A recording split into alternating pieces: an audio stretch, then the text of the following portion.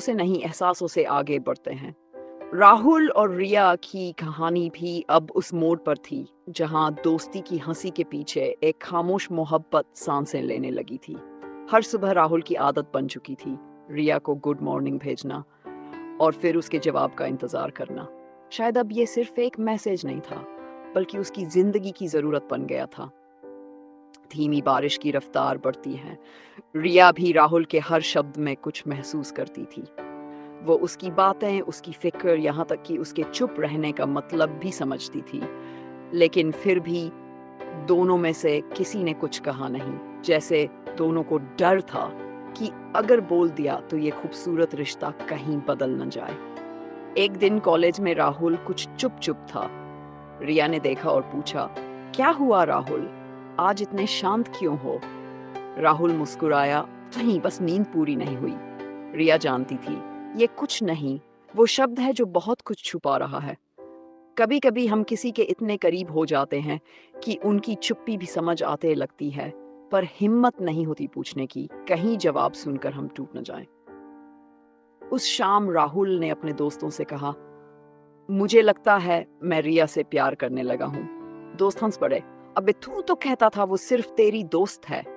राहुल मुस्कुराया, बोला, "थी, पर अब नहीं। अब जब वो मुस्कुराती है तो लगता है जैसे सब ठीक है, और जब वो नाराज होती है तो सब कुछ अधूरा लगता है।" Quebra mood. रात को राहुल ने अपने फोन में चैट खोली, एक मैसेज टाइप किया, "रिया, मुझे तुमसे कुछ कहना है।" कुछ पल रुका और फिर डिलीट दबा दिया। वो डर गया, कहीं कुछ कहने से सब बदल न जाए। अगले दिन रिया बहुत खुश थी। उसने बताया, "राहुल, मुझे एक कंपनी में इंटर्नशिप मिल गई है।" राहुल मुस्कुराया, "कांग्रेट्स रिया।" लेकिन उसके अंदर कुछ टूट गया। वो जानता था अब रिया उससे दूर जाने वाली है। रिया ने कहा, "अब पहले जैसा वक्त तो नहीं मिलेगा।"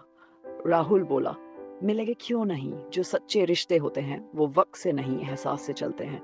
रिया बस मुस्कुरा दी, पर उसकी आंखों में भी एक हल्की सी नमी थी। अब दिन बीतने लगे।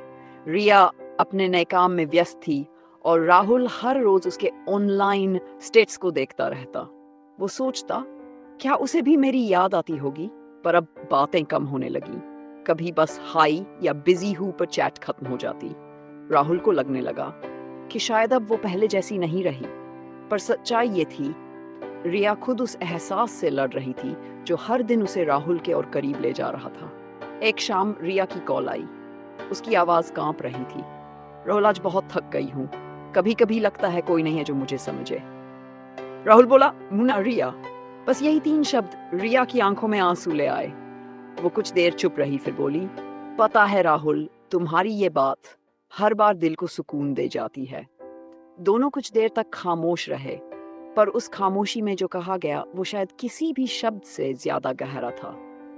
रात को राहुल ने अपनी डायरी खोली और लिखा, "कभी कभी चाहत जताना जरूरी नहीं होता, बस महसूस करना ही काफी होता है।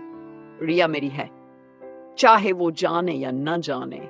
कुछ दिन बाद रिया का मैसेज आया, "राहुल, मैं कुछ दिनों के लिए बाहर जा रही हूँ। थोड़ा वक्त चाहिए, खुद से, सबसे।" राहुल ने कुछ नहीं पूछा, बस टेक केयर लिखकर फोन रख दिया। उस रात बहुत बारिश हुई और राहुल की आंखों में भी वही नमी थी। वो खिड़की के पास बैठा था, हवा में वही महक थी जो कभी रिया की मौजूदगी में महसूस होती थी।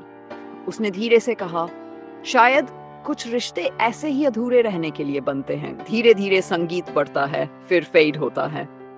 आप सुन रहे थे किकस्टार्ट की एक और दिल छू लेने वाली कहानी। दिल के 2 किनारे। कुछ कहानियां शब्दों में नहीं, बस एहसासों में पूरी होती हैं। क्या तुम चाहो कि मैं पार्ट 3 भी ऐसे ही बनाऊं, जहां रिया के जाने के बाद राहुल की जिंदगी में कुछ बदलने लगता है और एक नया मोड़ आता है?